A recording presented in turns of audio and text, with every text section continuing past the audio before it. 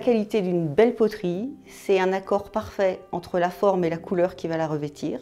Que ce soit tout en harmonie, que ce soit quelque chose qui soit plaisant à regarder, dans lequel on peut s'évader, s'imaginer d'autres mondes. Et puis surtout que ce soit quelque chose qui invite au petit bonheur quotidien.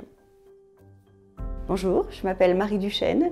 Je vis et travaille sur le plateau des Petites Roches à Saint-Pancrace.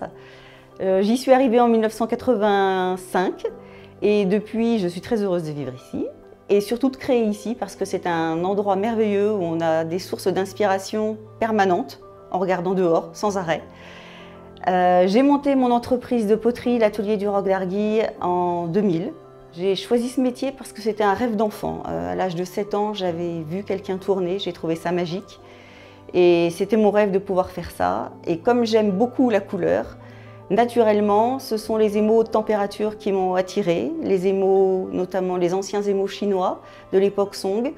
Et puis maintenant, de plus en plus, essayer de travailler avec des matières naturelles récoltées dans la nature, des cendres, des roches, et créer des choses étonnantes, en tout cas pour moi.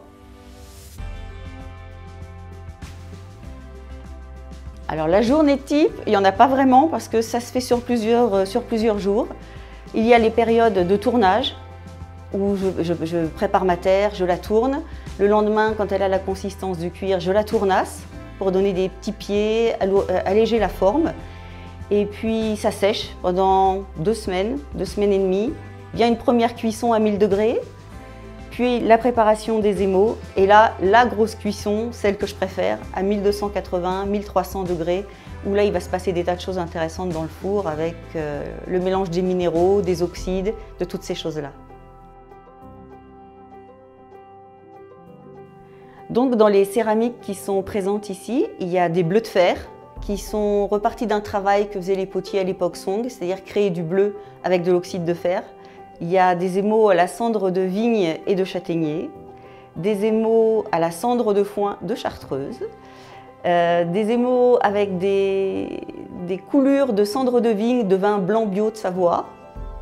Et puis, il y a les derniers travaux qui sont orientés assez japonisants, avec des émaux en superposition, 3 couches d'émaux différents pour qu'il se passe quelque chose à la cuisson de jamais égal, c'est toujours différent d'une pièce à l'autre. Et le dernier travail que je fais de temps en temps, parce que ça me prend beaucoup trop de temps, partir d'une pierre naturelle et essayer d'en retrouver les effets avec de l'émail. Ce qui me plaît le plus dans la céramique, c'est que rien n'est jamais acquis, jamais. On peut toujours avoir des surprises bonnes ou mauvaises. C'est un chemin de vie, en tout cas c'est comme ça que je le conçois, d'avancer, de découvrir, de partager, de transmettre.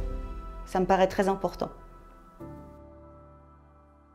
Si vous souhaitez me rencontrer, je vous invite à me rejoindre au chalet de l'Atelier du Roc d'Arguille à Saint-Pancrace, ouvert sur toute l'année. N'hésitez pas, vous y serez les bienvenus, alors à très bientôt.